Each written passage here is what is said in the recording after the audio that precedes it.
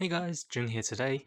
We'll be talking about which 5-star to reroll in the upcoming Wuthering Waves launch. A quick disclaimer here, this tier list is based on all the info I have gathered about all the characters and pretty much what these types of games generally offers. Ultimately, pick the character you like. It can be from their abilities, their positioning in the team like being a healer or DPS, or from their appearance. Anyways, let's start with the first character, Jianxin.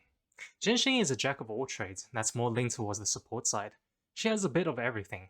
Her resonance skills allows her to parry the next attack by long pressing the ability, which can be very critical in certain fights, but then again, we do have normal parry and dodge that's available to all characters out there, and successfully parrying an attack triggers an arrow element or counter attack, or you can release the button early to release an attack. The ultimate is a great crowd control ability that's similar to Venti's ultimate from Genshin if you have played before, where it pulls all nearby mobs together and causing damage. She also has the passive where she gains this chi when an attack lands. What this chi does is that when it reaches its maximum, you can get into a special state by using a heavy attack. During this state, Genshin gains resistance towards interruptions, damage taken is reduced by 50%, causes arrow damage, blah blah blah. And as you gather chi, she also gains a temporary shield and restores her health while the shield is present. On paper, she sounds pretty insane. Her passive casting is so slow that it would probably not be the best in game modes where efficiency matters a lot, like in the corresponding game modes from to Abyss from Genshin. And to utilize her passive, she has to be on the field as your main character, which you can't really utilize her intro and outro skills as much as other characters. And if we look at her resonance chain, which is like Constellation, her major buffs really comes from C2 and C6, which is not really F2P friendly. So I would place her into A tier. Though I would believe she might get buffed, as I believe Crew would have said that, but we'll have to see how she performs when the game launches. The second character here will be Encore. She is a pretty unique character, and a pure fusion DPS character. Her unique part is that as she attacks, her dissonance gauge increases, and when full, she can use a heavy attack and will enter a dissonance state, where she consumes all dissonance and deals a great amount of fusion damage, which is just fire damage. I believe you can't move for 3 seconds while she's actually casting, but you can switch to another character while she's casting an ability, which is really neat as you can keep DPSing using other characters or heal your teammates, buff, do whatever you want. And after the 3 seconds, you can switch back and keep doing damage. Most of her attacks also have a QTE-like mechanic called the Angry Point, where if you attack at the right time, you do like an additional attack. You don't have to worry about this mechanic too much, it's pretty hard to miss the timing. Her resonance skill is to summon 2 toys and attack the target, and again, if you cast the ability, when this angry point appears, they will attack 1 additional time. Her ultimate makes her go into this rampage state, where all her attacks are replaced with a stronger, harder hitting version. Overall, a great DPS, and definitely usable after pulling for her, though she does rely quite a bit on her basic attacks and stuff, and currently I believe there's not that many characters that synergizes greatly with her, but most likely will appear in the future, so she is not a bad pick. So I'll place her into A tier as well. Okay, let's talk about Lingyang. Oh boy, Lingyang is a weird one. He is pretty unique in his own way, and same as Encore, he is a pure DPS but of glacial elements. His resonance skill attacks the target and causes glacial damage. I believe it's 0 cooldown, so you can keep using it.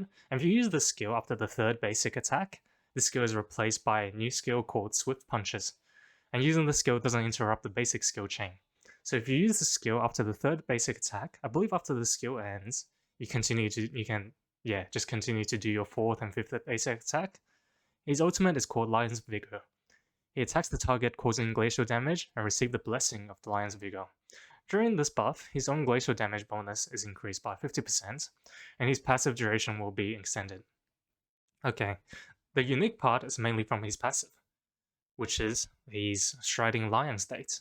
When a Lion Spirit gauge is full, which is his passive gauge, he can use a heavy attack and enter the stage, gaining the ability to do air combo for 5 seconds. He is generally considered as one of the weaker 5-star DPS out there, mainly due to him being one of the DPS that gains a lot more just by staying on the field instead of switching, but also doesn't do enough DPS compared to some other options. Therefore, I'll probably put him in B tier.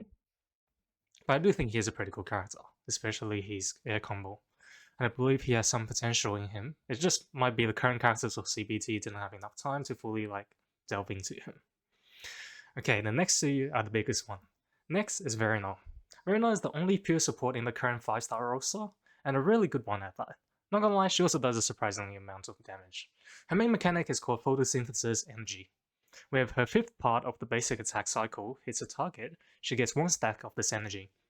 She also gains 1 when her resonance skill and an intro skill hits a target.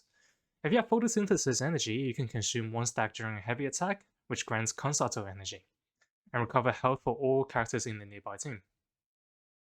What Calcharo energy is the energy used to trigger Calcharo effects, which depends on the attribute of character you're swapping from, and the character swapping to. They grant different effects. For example, for Spectra and Aero Resonators, they trigger a Calcharo effect, which generates a stagnant field for a short time and recover 10 Calcharo energy for current resonators in battle. Her resonance skill just deals damage, and her ultimate deals damage and restore health for all characters in the nearby team, and add Photosynthesis Mark to target that got hit.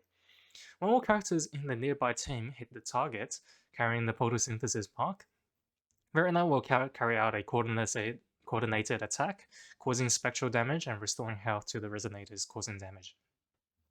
Her outro skills recovers 19% of her attack power as health per second for 6 seconds, and all teammates get a 15% increase in total damage for a solid 30 seconds. She also has a passive where if a character dies, they don't actually die. Instead, they gain a shield for 10 seconds, which the shield amount is also based on Verina's attack power, triggered once every 10 minutes. Overall, she is an insane support, providing both healing and damage buffs and a revive, and in general, support characters are less likely to get power crits. And she belongs to pretty much any team, to be honest. So she belongs to S tier in my opinion. Okay, lastly, everyone's favorite character. What everyone's waiting for. Calcharo. Or sometimes I call him Goku, since at one stage his name was translated to Kakarot, I believe. He's probably the best DPS out of the 5-star DPS characters, except maybe Jian. One of the main reasons he is this good is due to the fact he pairs really well with Yinlin. You know the red-haired waifu that everyone wants? Amazing Electro Synergy? So a common strategy is to either YOLO Calcharo or Verina from standard banner, and pick the one you didn't get from the 5-star picking banner Calcharo, and save for Yinlin. And due to people's suggestion / complaints, Crow Games actually moved one of his exclusive move, Dead Messenger, that was locked behind Constellation / Resonance Chain to the basic character kit during the CBT, which is going to be a really good buff to the character. His Resonance skill is a 3-hit combo. You can use it during your basic attack cycle or just press the ability 3 times. If you don't cast it for a while, it enters a 10-second cooldown. Every time this ability hits, he gains a Cruelty stack from his passive, maximum 3 stacks. Once full, your heavy attacks are replaced with a really cool skill called Mercy, dealing electro damage, consuming all Cruelty stack and recover Resonance Liberation energy, which is basically just your ultimate energy, and your Consultal energy. His ultimate deals a quick damage to the surrounding and enters Deathblade gear state for 10 seconds.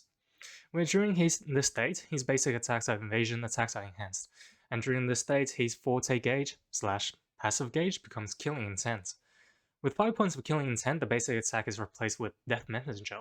When casting Death Messenger, consumes all Killing Intent, deal a pretty insane amount of electro damage, and recover 12.5 points of Resonance energy, and 20 points of Consultal energy.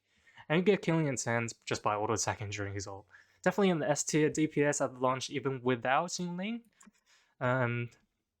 That's pretty much it. Again, pick the character you like. If you really care about the launch meta, then I would suggest either picking Calcharo or Verina. I'll most likely be picking Calcharo, but comment down below who you're going to pick. And by the way, you can already do the pre-download on PC version and other platforms. If you're a PC, I'll have a link down below in the description, and see you in the next video. Peace.